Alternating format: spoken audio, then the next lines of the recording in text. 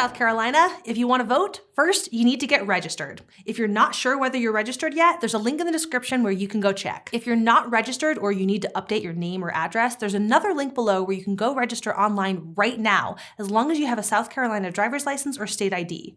If you don't have a South Carolina license, you'll have to apply by mail using the form linked below and mail it to your County Board of Voter Registration. There's a link to their addresses in the description. Once you're registered, you get to vote. In most cases, you're going to be voting in person on November 3rd, but you can vote absentee by mail if you'll be out of state on election day, if you are over 65, or you have an illness, disability, work shift, or religious belief that prevents you from going to the polls.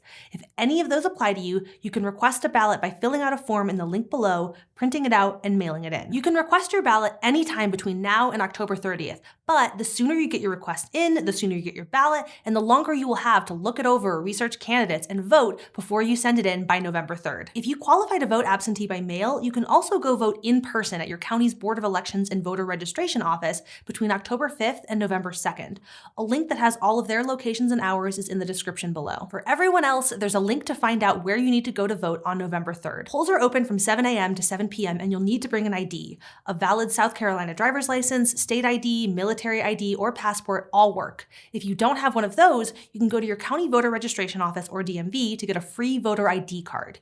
You should figure out what form of ID you're going to use now so you have enough time to get one if you need one. You can use the same link you used to find your polling place to look at a sample ballot that tells you everything you'll be able to vote for. You don't have to vote for every single item on the ballot. You can leave things blank if you want to, but your local elections can be pretty important, so it's worth checking out what's on there ahead of time. You can even print it out and bring it to the polls with you so you don't forget how you wanted to vote. One last thing, if you're going to vote, open up your notes app or grab a piece of paper and make a plan now. Write down when and how you're going to register, what time you're going to vote, how you're going to get there, what ID you're going to use, even who you're going to bring to the polls with you. Having a plan is a great way to make sure that nothing unexpected stops you from voting on November 3rd. All the links you need to check your registration and polling location are in the description. Thanks for being a voter. How to Vote in Every State is produced by Complexly in partnership with the MediaWise Voter Project, which is led by the Poynter Institute and supported by Facebook.